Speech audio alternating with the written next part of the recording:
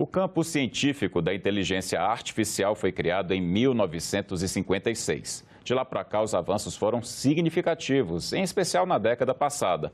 Os algoritmos se tornaram ferramentas fundamentais para grandes empresas de tecnologia e aliados de atividades cotidianas de todas as pessoas. Eles vieram para ficar, trazendo rápidas transformações.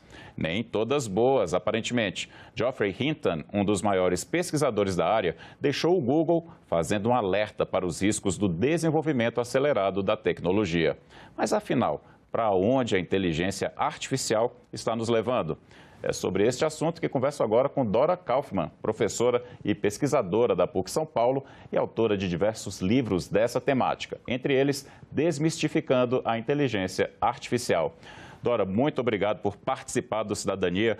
E eu já começo te fazendo uma pergunta que é muito importante para que todos nós possamos entender esse tema. O que é considerado inteligência artificial nos dias de hoje? Bom, Hermes, isso é uma pergunta-chave. Aliás, eu parabenizo a TV Senado pela iniciativa. Acho que esse tipo de programa, que a gente possa conversar sobre uma tecnologia tão importante. Então, parabéns e eu agradeço o convite. Bom, hoje, a inteligência, como você disse no início, né, o campo da inteligência artificial foi criado em 1956. E, bom, aí tem toda uma história que aconteceu nas décadas seguintes, mas o que a gente tem hoje, praticamente a implementação em todos os setores, em todas as atividades, raro que não seja, é uma técnica específica. Essa técnica é um modelo estatístico de probabilidade. A diferença entre os modelos estatísticos, a diferença básica entre os modelos estatísticos tradicionais é que esse modelo estatístico com inteligência artificial, ele consegue lidar com extraordinários volumes de dados, o que a gente chama de Big Data.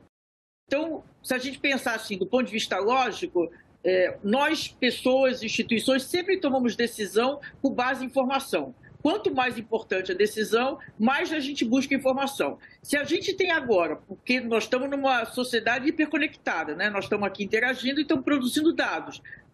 Grande parte da nossa atividade é ou por dispositivos virtuais ou por espaços, ambientes virtuais, então nós estamos produzindo dados. Então, se eu sempre tomei decisão com base em informação, se hoje eu tenho esse conjunto extraordinário de dados, claro que se tem uma técnica que consegue tirar informação útil desse conjunto grande de dados, ela passa a ser importante. Então, assim, do ponto de vista lógico, é isso que se trata.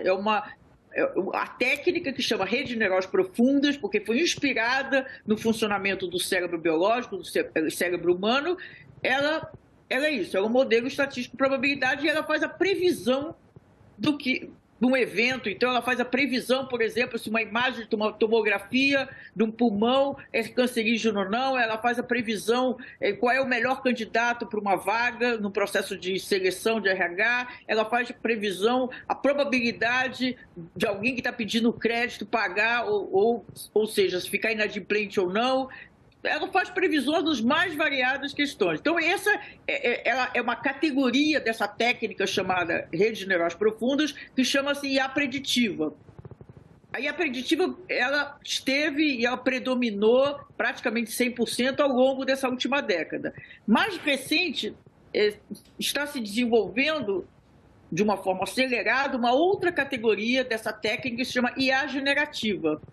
Além de fazer previsões, ela gera, ou como se diz na linguagem técnica, ela sintetiza texto, imagem, vídeo, código, que é onde está localizado o ChatGPT, por exemplo. Mais parecido, então, com o cérebro humano, com a maneira com a qual nós aprendemos e produzimos. Não, é muito distante. É mesmo?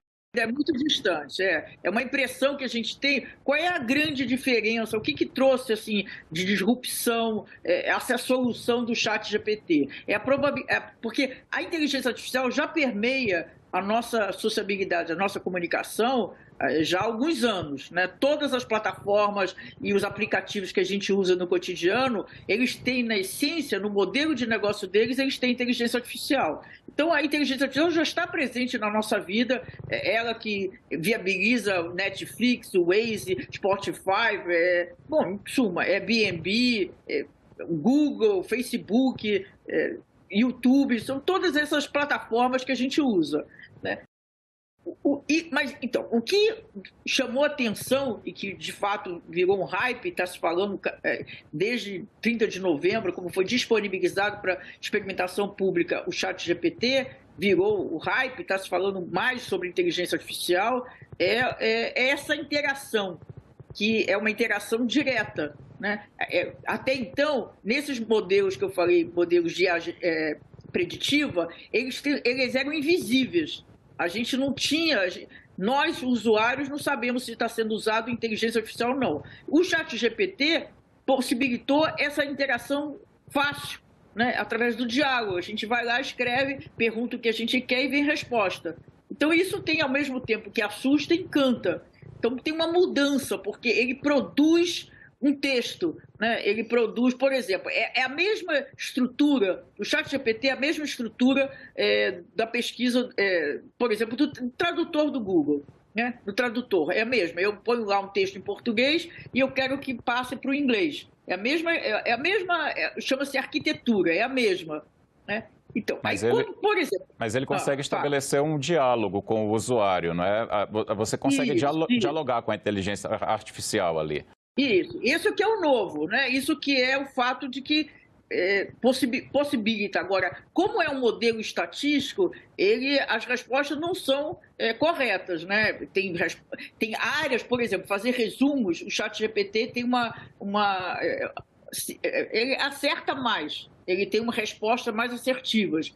Mas inúmeras outras questões, se você complica, ou mesmo se você pede uma fonte, ele inventa livros que não existiram, porque a gente sempre tem que pensar que é um modelo estatístico de probabilidade. Então, quando ele coloca, por exemplo, qual é o raciocínio do sistema do ChatGPT? Que não raciocina nada, é um sistema matemático, maquínico, né, de máquina. Mas vamos fazer só uma analogia, só para entender, é como se ele raciocinasse assim: qual é a palavra, entre todas as palavras que ele foi treinado, foram bilhões de parâmetros, de grandes volumes de dados, qual é a melhor palavra para encaixar nessa sequência, nessa frase, que vai responder melhor a sua pergunta, a pergunta do usuário que está me fazendo. Mas é sempre uma probabilidade, né? Então, qual é a grande diferença de a gente fazer uma pesquisa no ChatGPT ou, por exemplo, no Google?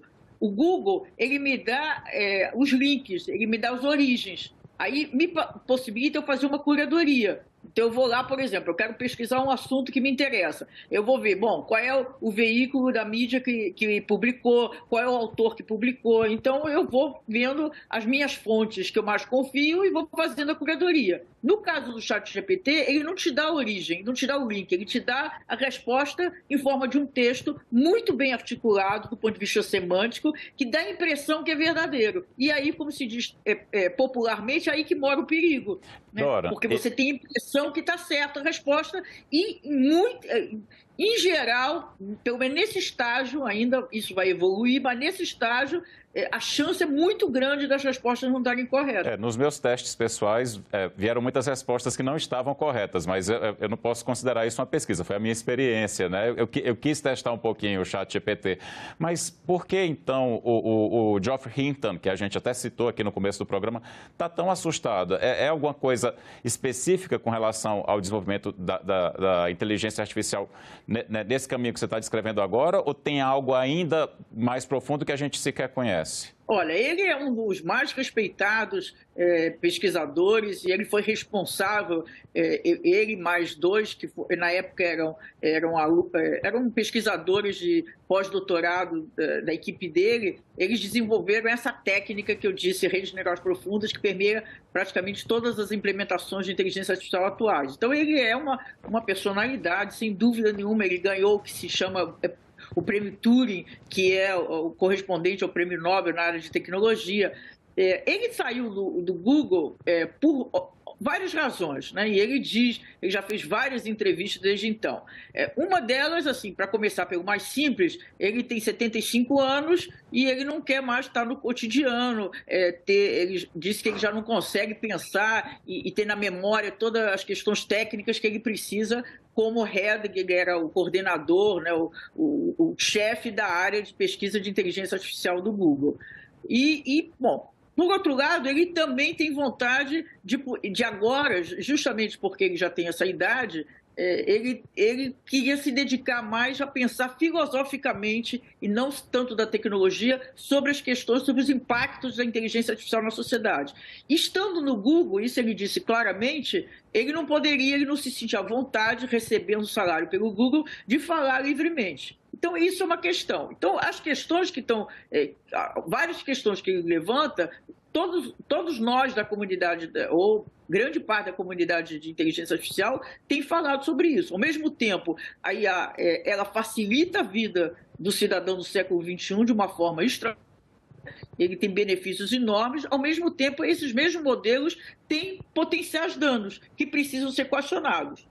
O que ele falou, que eu até fiz uma matéria que saiu no domingo no Globo, que eu começo falando sobre essa citação dele, o que me chamou muita atenção é que ele diz que até 2022, a competição, o Google, antes de lançar um produto para o mercado, ele tinha o cuidado de analisar, de verificar se tem possibilidade ou não de causar danos. E se tinha, ele não lançava.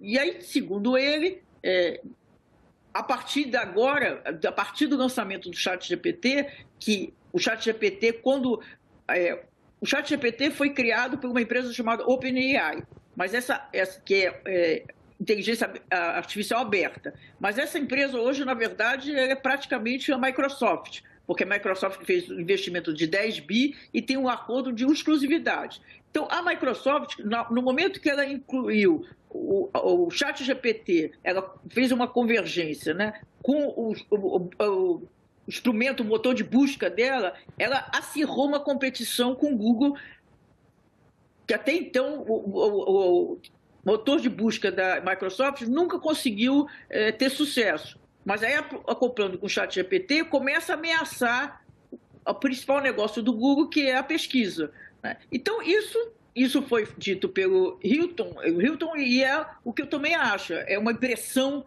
que a gente tem, uma percepção, né? É de que desencadeou uma competição tóxica entre as empresas de tecnologia, principalmente entre o Google e a Microsoft. Então, vários dos cuidados que essas empresas tinham historicamente em relação às questões éticas dos novos produtos que lançaram no mercado, aparentemente foi colocado de lado em função de... Porque todas essas empresas, elas têm todo o comitê de ética, elas têm todas as diretrizes éticas, né? Mas essas diretrizes éticas, quando elas conflitam com o interesse comercial, sempre prevalece o interesse comercial, né? Então, é o que está acontecendo. É uma busca acelerada para se posicionar como liderança do processo do avanço da inteligência artificial e que tem vários indícios que comprometeu as questões éticas. Por isso que eu sou... Nesse sentido, é possível, então, a gente voltar a pesquisar, quando fala a gente, né, o Google, a Microsoft, as Big Techs, elas voltarem a fazer essa pesquisa de maneira mais ética? É possível regulamentar, por exemplo, a pesquisa e o desenvolvimento de inteligência artificial?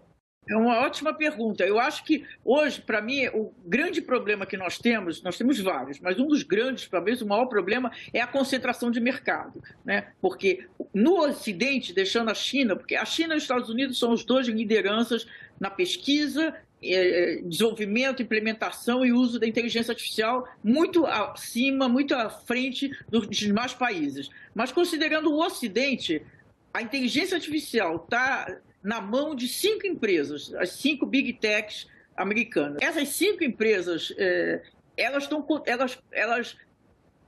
cada vez mais, não é só em relação à inteligência artificial, elas hoje dominam a infraestrutura da internet, né? Os modelos delas, se a gente pensar só um exemplo, o sistema operacional do celular, por exemplo, é dividido 70% Android, isso no mundo inteiro, que é o Google, e 30% que é a Apple, né? Então, se a gente pegar o que é a infraestrutura da internet hoje, das comunicações digitais, do ambiente online, elas dominam, elas têm grandes ecossistemas, né? Então, elas têm um poder cada vez maior. né? Então, porque elas dominam, elas conseguem prever, elas monitoram tudo que está acontecendo no espaço, na internet, né? Elas monitoram, elas conseguem prever algum avanço, alguma ameaça ao modelo de negócio delas, impedir. Então, elas estão cada vez... O que nós temos? De um lado, para entrar na sua pergunta, de um lado nós temos estados, governos cada vez mais enfraquecidos, sem instrumentos de lidar com esse domínio de mercado dessas 5 empresas americanas, e por outro tem as empresas cada vez mais fortes, né? Então, para mim, eu tenho restrições à autorregulamentação. Como eu disse, a autorregulamentação é legal, é claro que essas empresas têm responsabilidade, claro que elas têm preocupação com a reputação delas, mas no momento que conflita com o interesse comercial, sempre vai prevalecer o interesse comercial. Então, como é que a gente enfrenta isso? É com regulamentação do poder público. E na sua visão, o que é fundamental nessa regulamentação? Vamos pensar assim, nos princípios que tem que constar na regulamentação, Dora. Olha, isso a gente teria que ficar aqui horas conversando, porque não tem nenhum lugar do mundo, no Ocidente, que tenha hoje já um marco regulatório, né? Isso mostra dificuldade, né? Então, de responder a sua pergunta. Então, o processo mais avançado é na Europa. A Comissão Europeia começou esse processo em 2018. Em 21 de abril de 2021, ela colocou uma proposta para consulta pública. Em novembro do ano passado, já tinha 3.000 emendas. E agora, dia 27 de abril, ela votou uma nova versão no Parlamento Europeu, mas ainda não é lei. Está se esperando que vai votar em junho, né? Então, para você ver quantos anos... Porque a primeira versão, por exemplo, não contemplava um chat GPT, porque não existia o chat GPT, né? Então, a dificuldade, é muito grande a dificuldade de definir o que é inteligência artificial. A lógica da proposta de regulamentação europeia, que é a mesma aqui, que foi transformada agora dia 3 de maio em projeto de lei, que é o substitutivo criado pela comissão do Senado, que entregaram em 6 de dezembro passado. A essência é definir por risco, né? Então, o que é alto risco? O que é um alto risco de um sistema? Por exemplo, a Netflix não é alto risco. A essência da Netflix é a inteligência artificial, mas ela não é alto risco. Por quê? Porque o máximo que pode acontecer é você não gostar da série, do filme que ele recomendou para você. Acabou, pronto, você passa para outra coisa. Agora, se você está aplicando, por exemplo, na área de saúde, na área de educação, de segurança, algumas usabilidades, alguns usos, pode afetar pessoas e pode afetar um conjunto grande de pessoas. Então, isso significa alto risco.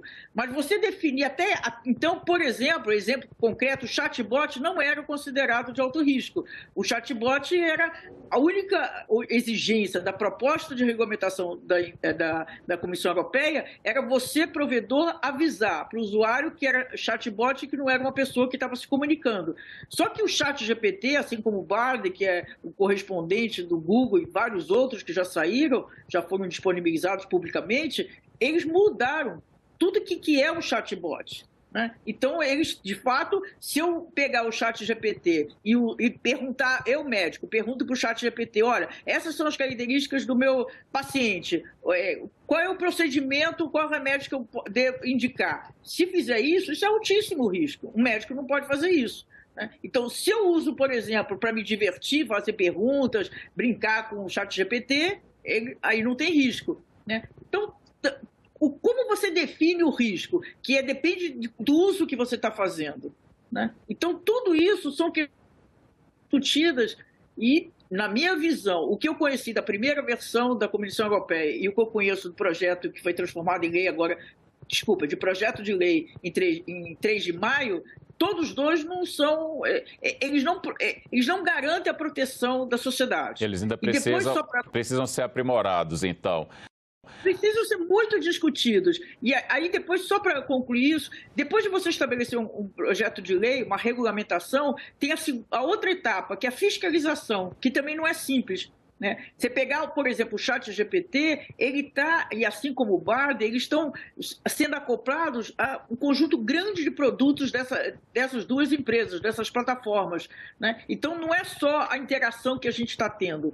Como é que eles estão sendo acoplados? Então, aí ele adquire uma invisibilidade, né? Como é que você regula, como é que você fiscaliza isso? Então, é muito complexo esse processo, mas é o único caminho que eu vejo é a gente estabelecer algumas diretrizes de regulamentação e de punição para as empresas se enquadrarem. Dora, nesse cenário que você está descrevendo, que a gente está aqui discutindo, você está otimista para o futuro da inteligência artificial, do desenvolvimento, da pesquisa? Olha, eu não gosto muito assim, eu não me considero otimista, pessimista, essas dualidades, eu não gosto muito, né? Eu acho que assim, a inteligência artificial... Eu vou mudar a pergunta então, para não fazer a dualidade. O que você consegue vislumbrar para um futuro próximo? A inteligência artificial é a tecnologia de propósito geral do século XXI. Né? Nós tivemos... O que é uma tecnologia de propósito geral? A tecnologia de propósito geral é uma tecnologia que ela muda a lógica de funcionamento da sociedade e da economia. Então, nós tivemos, só para dar exemplo, nós tivemos as últimas consideradas tecnologia de propósito geral, foi o carvão, que inaugurou a Revolução Industrial, depois a eletricidade, a computação, e agora nós temos a inteligência artificial. Então, ela já está permeando, como eu falei no início, a nossa vida. Diversas, as decisões automatizadas, na sociabilidade, a comunicação, em várias e várias áreas que a gente nem sabe. Nós, usuários, cidadãos do século XXI, nem sabemos, por conta dessa invisibilidade. Então, ela traz benefícios extraordinários, ela está trazendo, né? Mesmo na Covid, apesar de, no combate, enfrentamento da Covid, apesar de que no início a expectativa era muito maior em inteligência artificial e não foi tanto, ela não contribuiu, não teve o protagonismo tanto quanto era esperado, mas ela também foi importante. Então, tem várias questões assim, que estão sendo muito, porque é o único modelo estatístico que consegue lidar com esse conjunto de dados que cada vez é maior, que só cresce. Né? Então, eu acho que isso é inexorável, o avanço da inteligência artificial e a disseminação. Então, o que nós, como sociedade, principalmente os governos, cabe ao governo, através de política pública, de regulamentação, liderar esse processo, é como é que a gente mitiga, como se diz, minimiza os riscos. Né? Agora, isso tem que, na minha visão, tem que ser analisado setorialmente. É por isso que eu defendo, eu tenho muito desconforto a criar uma agência regulatória geral, como é a tendência da Europa, e está nessa proposta substitutiva também. Eu acho que tem que ser setorial, porque eu acho que ninguém melhor do que o Banco Central, por exemplo, tem conhecimento para poder fazer uma regulamentação e fiscalizar o setor bancário. Aí vai a Anvisa com o setor de saúde, vai o MEC com a educação. Né? Então, o Ministério da Justiça com a Justiça. Especificamente da sua área. Antes da gente encerrar, agora eu vou fazer uma pergunta que muita gente no Brasil quer saber, porque as pessoas, quando pensam também em inteligência artificial, elas pensam na questão do futuro, do emprego. Você vê essa preocupação como válida, antes da gente encerrar? Olha, é assim como eu disse que, para mim, o maior impacto econômico negativo é a concentração do mercado. Eu acho que o maior impacto social é sobre o trabalho. Eu acho que é muito sério. Implica, demanda uma mudança da estrutura de funcionamento. Vou dar uns exemplos. Nós vimos desde o século passado, meados do século passado, no processo de automação programada. Né? Pegar um exemplo aí, as montadoras, a indústria automobilística, era um dos 4 maiores empregadores no Brasil. Hoje, qualquer um pode ir lá no YouTube e ver um vídeo de uma montadora. É praticamente automatizado, são máquinas fazendo máquinas. Né? Então, isso chama-se processo de automação, que não tem a ver com inteligência artificial, é programado, máquinas programadas. Então, o processo de automação com inteligência artificial, ele expande esse processo de automação que já estava acontecendo. Por quê? Porque ele pega outras funções, o que se chama funções cognitivas. Né? Então, tem mais funções. Eu não acho que vão ser eliminadas profissões, pelo menos não tem nenhum indicador nesse sentido, mas o que está sendo automatizado, eliminado do ponto de vista do ser humano, do trabalhador humano, são tarefas dentro de determinadas funções. Né? Então, esse processo está se expandindo de automação. Então, de fato, as funções novas que estão surgindo, primeiro, elas são em proporções muito menores, infinitamente menores do que as que estão desaparecendo. E segundo, elas precisam de uma qualificação. Muito maior. Então, né? nós temos hoje uma situação muito esdrúxula no mercado no Brasil e no mundo inteiro. Por um lado, tem um desemprego e, por outro, nós temos vagas em aberto, empresas desesperadas que não conseguem trabalhadores especializados para assumir aquelas tarefas, né? Então, é uma transformação muito grande, né? Eu acho, por exemplo, que a gente tem que repensar a estrutura do ensino, investir muito fortemente no Brasil, por exemplo, ensino técnico, ensino profissionalizante.